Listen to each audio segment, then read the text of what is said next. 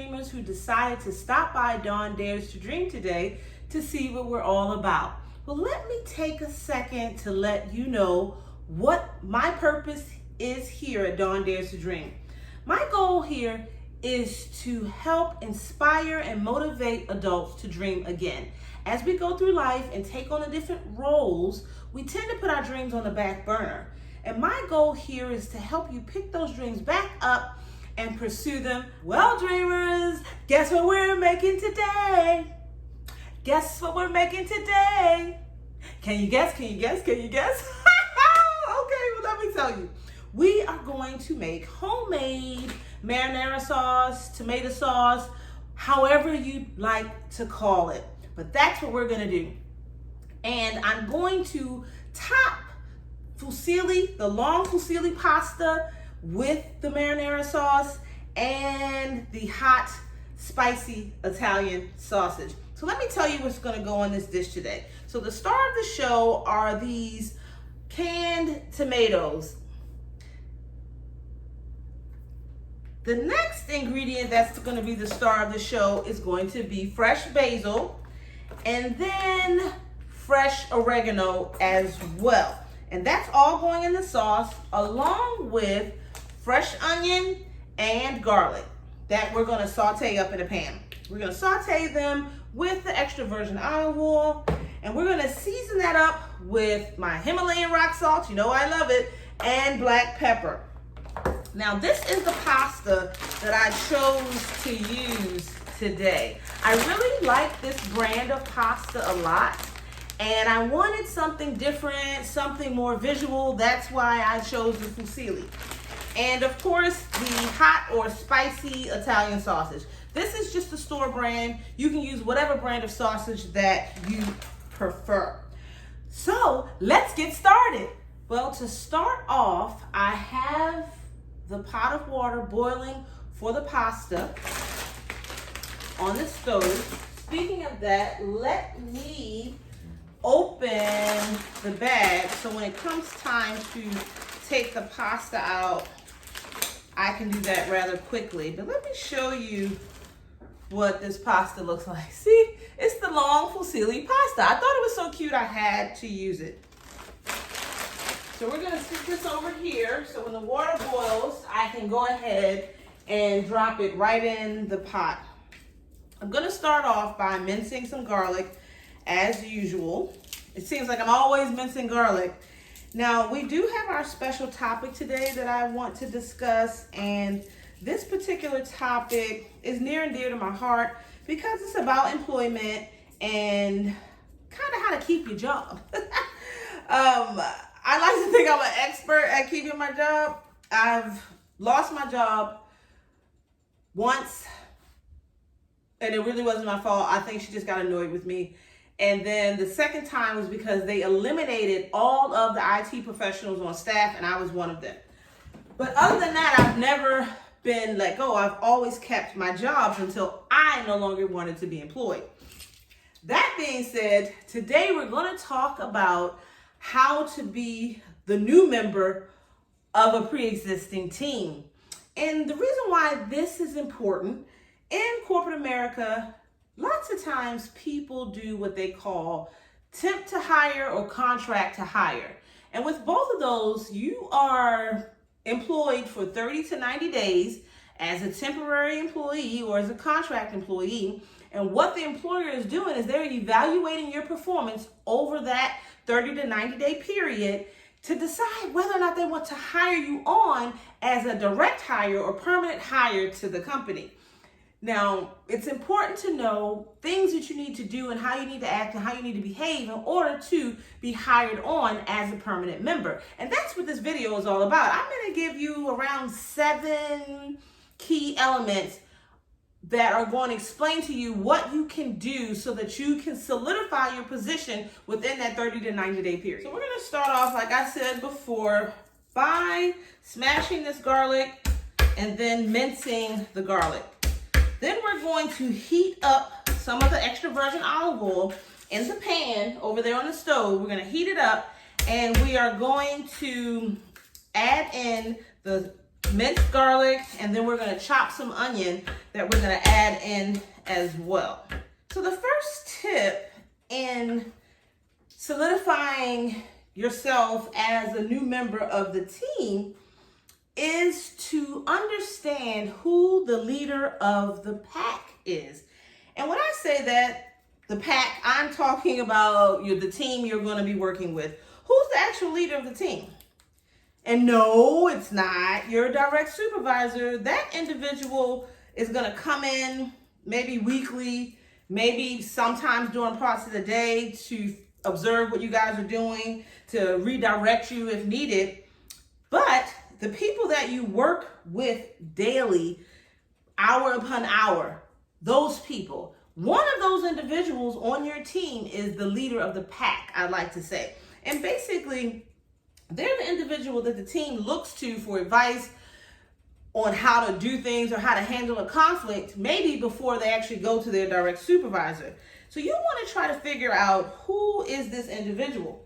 Now, there are a couple of ways that you can identify this person.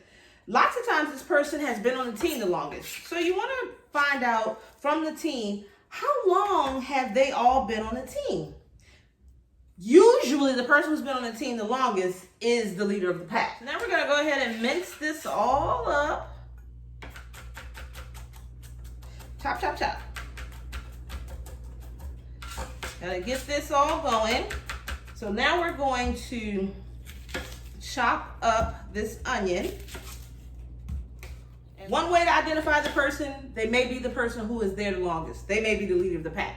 Another way to identify this person is, once you get hired, you're on board for your, 30 to 90 days, and the person who assists you with your training may be the leader of the pack. You want to make sure that you're putting all the items together. So number one, who's been there the longest?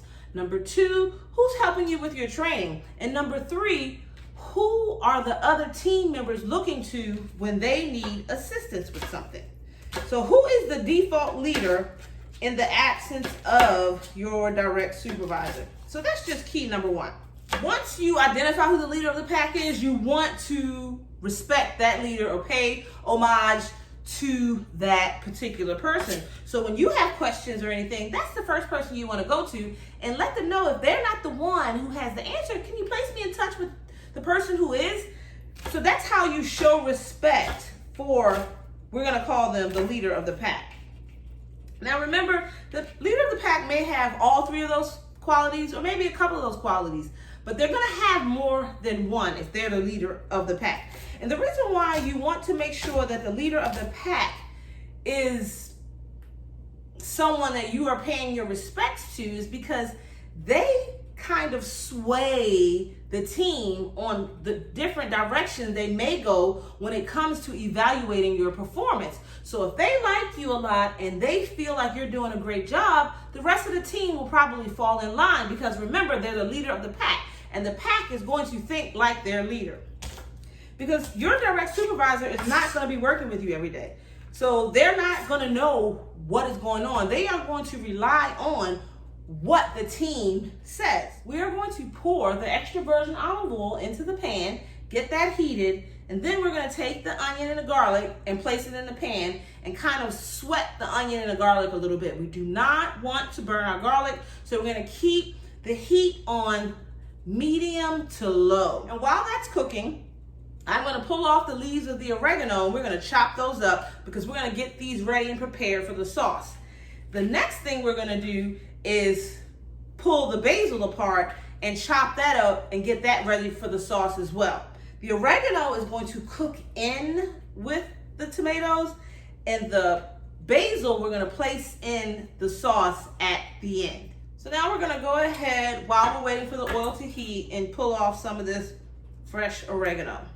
I like using fresh herbs because I believe they're so aromatic, and our smell is a part of the sense that we eat with. We eat with our taste and our smell. So our sense of smell. So I like to use fresh herbs as much as I can.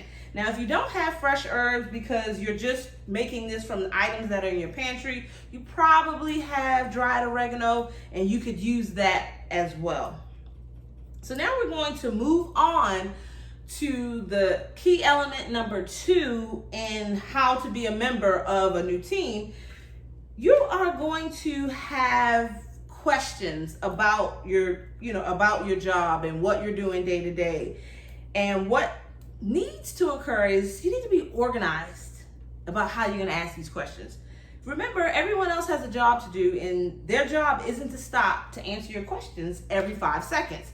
So what you want to do is, if there is a point in time in the day where you are with your trainee, you want to say, hey, I have these questions. Can you help me out with these answers? If you meet with your direct supervisor daily or weekly, however that works out on that particular team, you want to make sure you have your list of questions ready to go for them during that period as well. You don't want to come across as a bugaboo, because if you're a bugaboo, nobody wants a bugaboo. If they don't see you working independently, they go, I don't know about this person, because everybody has their own role to fill, their own job to do. So we don't have time every second to be there for you. So make sure that you're organized with your questions and you ask your questions at the appropriate place and time. Also, you want to understand what your role is. Now, during the hiring process, you were given a job description and you saw it and you were like, okay, I can do this. But I am going to tell you, every job I've ever had, the job description either changes, where it's a completely different description of what I'm going to do, or they add things to it. So what your responsibility is in that 30 to 90 day period is to understand what it is that they want you to do. So you're going to find this out through talking to your direct supervisor. They are the only person who is going to know what you were really hired to do. Now, you're going to have the leader of the pack try to tell you and try to give you advice. I would take their advice, but as far as understanding what you need to do, I would make sure I got that information from my direct supervisor. And again, this is something that you can do when you're having those pre-set meetings that your direct supervisor is going to set up. Now, if there are no predefined meetings, then you want to make sure that you email them and try to find some time within the first week or 2 of what it is you're supposed to be doing. Because I'm telling you, by the time you hit your 30-day mark, they expect you to be really doing your job. But if you're not clear on what that is, how can you perform it? They're not going to understand that, because they're going to say you should have asked questions. So my advice to you is, within those first 2 weeks, you want to get clarity on what your role actually is on the team. So I just kind of rough chopped the oregano, because chopping it kind of helps the essence of the herb to be released. I smell the olive oil going, so I am going to take this over here and I'm going to put the onions and the garlic in the pan. Now, I do have one caveat to the advice that I'm giving you, and I'm going to state it now. If you are being brought on to a member of a pre-existing team, all of those items, the first item and the third item all apply. You want to get clarity about your role. You want to find who the leader of the pack is if the team is pre-existing. Now, if it's a new team completely, you want to get clarity on your role, and the leader of the pack has not been established. So you're coming into a team, you may be the leader, but in order to figure out if you're going to be the leader, the leader usually is a person who is more outspoken than the rest of the team and may have more knowledge.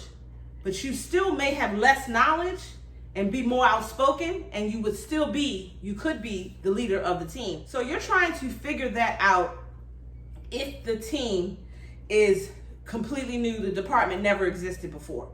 If the team previously existed before you joined it, items 1 through 3 still apply. What changes is if the team is new, there is no leader of the pack, but you still need to gain an understanding of your role, and maybe you will turn out to be the leader of the pack. Who knows? Now we're going to take this basil, like I told you, and take it off the sprigs, and we're going to chop the basil up. But this is going to be reserved for later when the actual tomato sauce is complete. You're the member of a team. It's already a pre-existing team. But the next question is, did the role exist before they hired you, or did they hire you to fill a new role?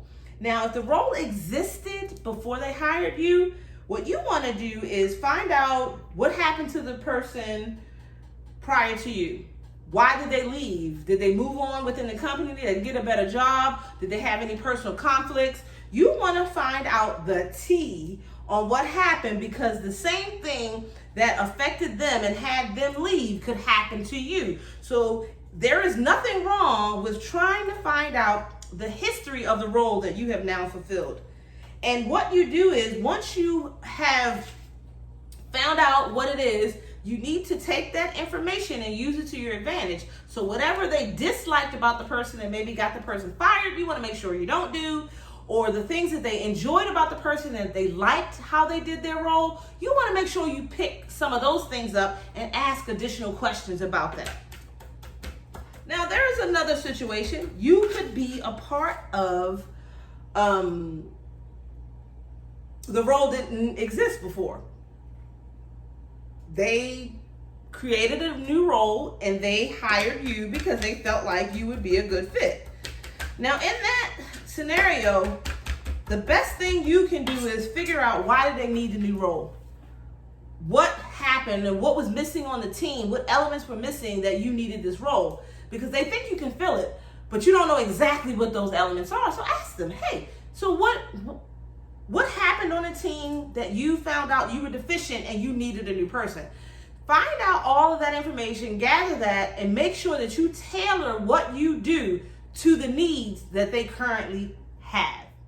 So now I'm going to open this can of tomatoes. Now, there are a couple different brands I think you could buy, but this is the brand of this type of tomato that was in my market. So I just suggest that you make sure that they are San Marzano tomatoes, because each recipe that I looked up and I found, they always name these type of tomatoes as the tomatoes you want to use, for your marinara sauce. And see how it's in sauce and it's tomatoes in there, you can see. So I'm gonna take this and pour this in the pot. So I'm over here squishing the tomatoes with my fingers, and I'm also going to take this and put 1 cup of water in here, and I'm gonna add that to the pot after the tomatoes cook a little bit. The water's boiling, so I'm going to put the pasta in the water, and I'm going to add salt to the water. You want to add the salt so that your pasta is flavored and seasoned.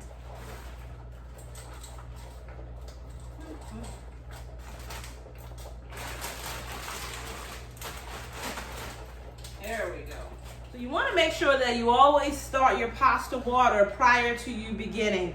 That way the pasta can be done and waiting on the sauce. Because I did show you a video where I think I did the white wine cream sauce or Alfredo sauce or something, and my sauce was waiting on the pasta because it took me a while to actually cook it. So we have everything separate. So now I'm going to take this oregano and I'm going to place it in the pan with the tomatoes. And now we are going to prepare our sausage. So let me get the meat cutting board out, because I'm going to cut this up. Now, the 6th key or element in shoring up your membership on the team would be to assert yourself. You don't want to be the person who's playing the background and you have a bunch of aggressive personalities. So in my field, I work with a lot of aggressive, sort of narcissistic type personalities. And as a result, it is important for me to stand my ground on my job, to be assertive. I'm usually the only woman on my team or the only female in a meeting, so I have to assert myself. But I have to play a delicate balance between my femininity and my masculinity and how I interact at work. But in this situation, what I mean by assert yourself If there's something that you know and the team is discussing it, tell them your point of view. Don't sit back and just let them discuss amongst themselves. If your direct supervisor is asking for direction on a topic, if you have input, please input. Now, don't provide input or feedback just for the sake of doing it, because if you don't know what you're talking about, they are going to know, because they are the subject matter experts or the SMEs in the particular area, and they're hiring another SME, so they think. So if you don't know, then keep your mouth shut and just shake your head and smile and shake your head. Stay active by yeah, oh yeah, that makes sense. That's how you stay active if you don't have anything to contribute. But a surefire way to establish that you are the person is to make sure that you assert yourself in situations where it is appropriate for you to do so. And what I mean by assert yourself, I will reiterate again, is to say your opinion. It's not to challenge. I'm not telling you to challenge someone if they want to do something different than what you've advised, but it's just you speaking up about your previous roles, your previous job experience, and this is what we did in this particular situation. It is okay to do that when you're new, because you haven't worked for this company very long yet, so you still have ideas from where you worked before. My last tip for you is a very simple one. Help others where you can. So if someone's having issues composing an email and you happen to write well, suggest, hey, shoot me that email, I'll proof it for you, I'll add any suggestions. And you can kind of tell this by the meetings that you've had, the presentations that people have put up, the reports that they've shared, and you can tell who can write and who can't. And just offer your hand as assistance if needed. But anywhere you can help the new team, anywhere you can help your supervisor, speak up and say, hey, I'm here. I can help you. What do you need? If you show me a couple things, I can jump right in there. And, I am a member of the team. Things like that. Make sure that they acknowledge that you exist and that they know that you exist. And helping people is a surefire way of them understanding that you belong on that particular team. So now we are going to cut the sausage, because I'm going to cut the sausage before I cook it. I used to cook it first and then cut it, but then it's hot. So I have a serrated knife, so you want to use a serrated knife, if you can see that, to cut the sausage, because then it's an easier cut. You see how easy that was? See how easy that was? So I'm just going to cut this into bite-sized pieces. This is really not a bite size for me, but that's probably like 2 bite sizes. But we're going to cut this up. I have the pan heating, and I'm going to put them in the pan. I didn't put any oil in the pan. Maybe I should just add a tad, because a bit of oil, but this is pork. So what's going to happen is it has its own oil. So I didn't want to add any extra oil. So here we go. And I'm just doing 2 at a time. But remember, serrated, sharpened knife is best for this.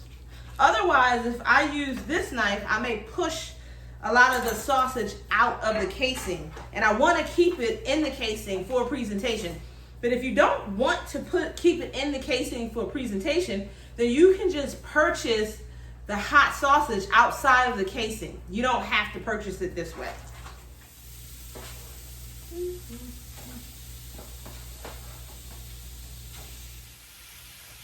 So I have my tomato sauce here. I wanted to bring you a little bit closer so you could see what was going on. It's looking pretty good. See the onions and the garlic and the oregano.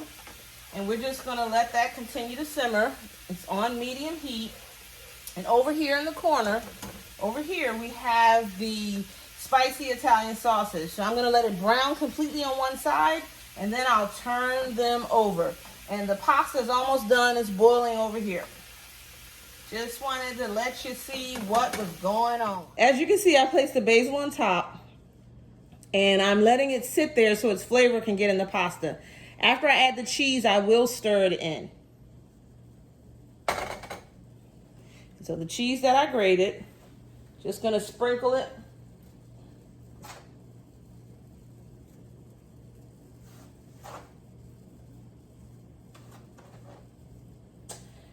Now I have it on medium to low, so I'm gonna let that continue to simmer. You see it's bubbling a little bit, and I'll just stir it in. And the sausage, as you can see, is in there as well. Well, dreamers, we're all done. Take a look at this. Isn't that lovely? Isn't that lovely? You see that? Lovely. This is fusilli pasta topped with homemade marinara sauce with spicy Italian sausage. Love, love, love this dish. The sauce tastes so good. So much better than all of the preservatives that are in that bottled pasta. You can do it yourself. So if you like this video, give me a thumbs up. Remember to leave me a comment. You gotta try this recipe. Let me know how it comes out. If you have any questions about the recipe, let me know. I will definitely answer them. Share this video with your social media, family, and friends. And if you have not subscribed, my face is gonna be up here in a circle. Woo! Just click on that. Select the bell, select all, and that way you will be alerted to all my new content that I post up here to YouTube. Have a great day, dreamers!